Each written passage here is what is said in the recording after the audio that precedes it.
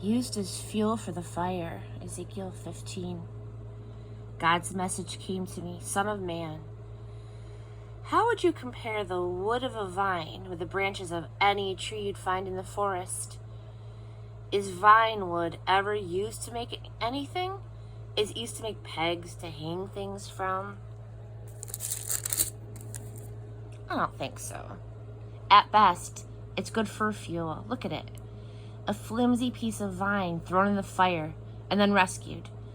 The ends burned off and the middle charred. Now is it good for anything? Hardly. When it was whole, it wasn't good for anything. Half burned is no improvement. What's it good for? So here's the message of God the Master. Like the wood of the vine, I selected them from among the trees of the forest and used as fuel for the fire. Just so I'll treat those who live in Jerusalem. I am dead set against them. Even though at one time they got out of the fire charred, the fire is going to burn them up. When I take my stand against them, you will realize that I am God. I'll turn this country into a wilderness because they've been faithless. This decree of God the Master. Your beauty went to your head. Ezekiel 16. God's message came to me, Son of man. Confront Jerusalem with her outrageous violations. Say this, the message of God the Master to Jerusalem. You were born and bred among Canaanites. Your father was an Amorite and your mother a Hittite. On the day you were born, your umbilical cord was not cut.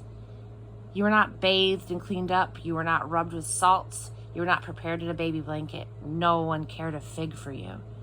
No one did one thing to care for you tenderly in these ways. You were thrown out into a vacant lot and left there dirty and unwashed. A newborn nobody wanted. And then I came by. I saw you all miserable and bloody. Yes, I said to you lying there helpless and filthy, live. Grow up like a plant in the field. And you did. You grew up. You grew tall and matured as a woman, full-breasted with flowing hair. But you were naked and vulnerable, fragile and exposed. I came by again, and I saw that you were ready for love and a lover. I took care of you, dressed you, and protected you. I promised you my love and entered the covenant of marriage with you. I, God the Master, gave my word. You became mine. I gave you a good bath, washing off all the old blood, and anointed you with aromatic oils. I dressed you in a colorful gown and put leather sandals on your feet. I gave you linen blouses and a fashionable wardrobe of expensive clothing. I adorned you with jewelry. I placed bracelets on your wrists, fitted you out with a necklace, emerald rings, sapphire earrings, and a diamond tiara. You were provided with everything, precious and beautiful, with exquisite clothes and elegant food, garnished with honey and oil. You were absolutely stunning. You were a queen. You became world famous, a legendary beauty, brought to perfection by my adornments. Decree of God the Master. But your beauty went to your head, and you became a common whore, grabbing anyone coming down the street and taking him into your bed. You took your fine dresses and you made tents of them, using them as brothels in which you practiced your trade. This kind of thing should never happen, never. What a sick soul.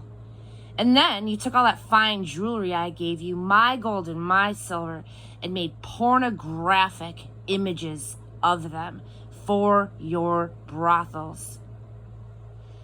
You decorated your beds with fashionable silks and cottons and perfumed them with my aromatic oils and incense. And then you set out the wonderful foods that I provided, the fresh breads and fruits with fine herbs and spices, which were my gifts to you. And you served them as delicacies in your whorehouses. That's what happened, says God the Master. And then you took your sons and your daughters, whom you had given birth to as my children, and you killed them, sacrificing them to idols. Wasn't it bad enough that you had become a whore, and now you're a murderer, killing my children and sacrificing them to idols? Not once during these years of outrageous obscenities and whorings did you remember your infancy, when you were naked and exposed, a blood-smeared newborn. And then to top it all off, all your evil acts, you built your bold brothels in every town square. Doom to you, says God the Master. At every major intersection, you built your bold brothels and exposed your sluttish sex, spreading your legs for everyone who passed by. And then you went international with your whoring. You fornicated with the Egyptians, seeking them out in their sex orgies. The more promiscuous you became, the angrier I got. Finally, I intervened, reduced your borders, and turned you over to the rapacity of your enemies. Even the Philistine women, can you believe it, were shocked at your sluttish life.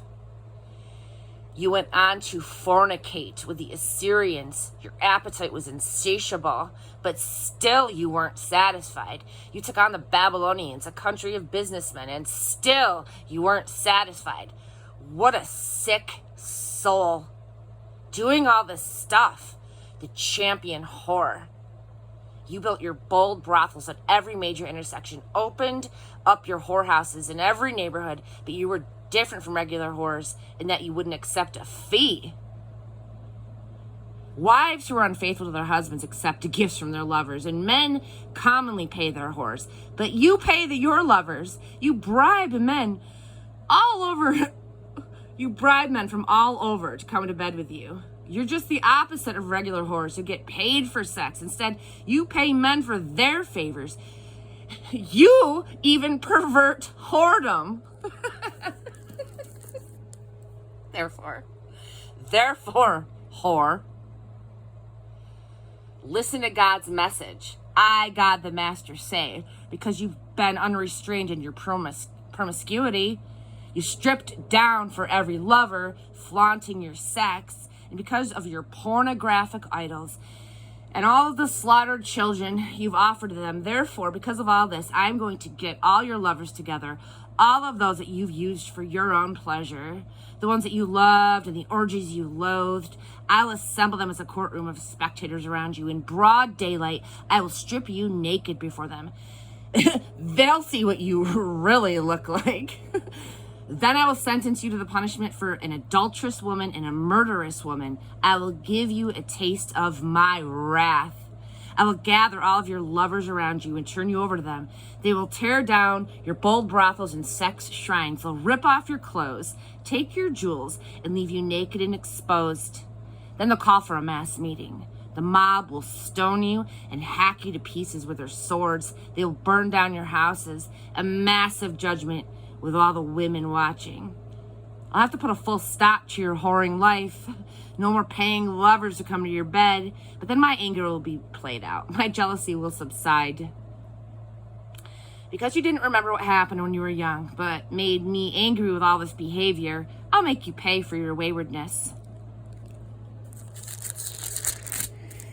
Didn't you just exponentially compound your outrageous obscenities while you're your sluttish ways? Everyone who likes to use proverbs will use this one. Like mother, like daughter. You're the daughter of your mother who couldn't stand her husband and children. And you're a true sister of your sisters who couldn't stand their husbands and children. Your mother was a Hittite and your father an Amorite.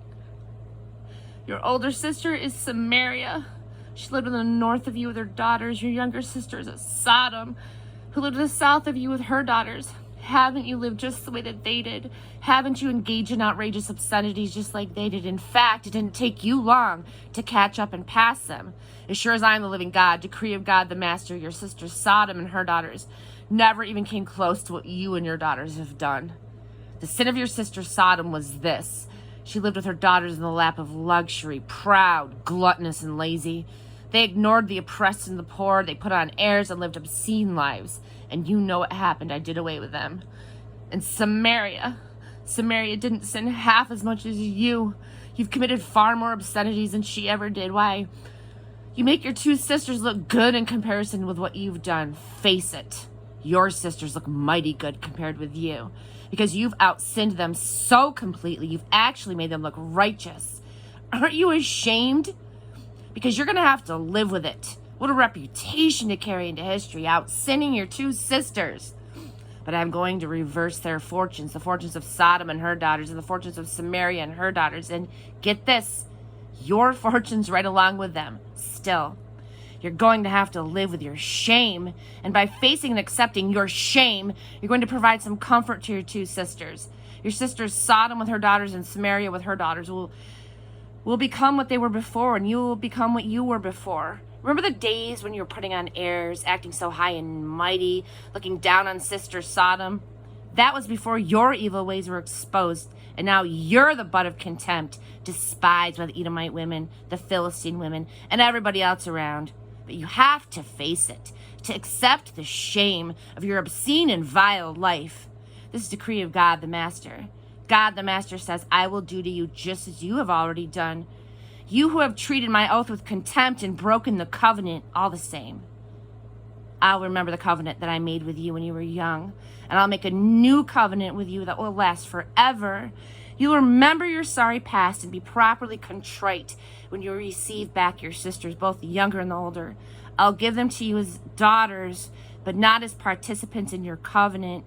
I'll firmly establish my covenant with you, and you'll know that I am God. You'll remember your past life and face the shame of it. But when I make atonement for you and make everything right after all you've done, it will leave you speechless. This is decree of God the Master.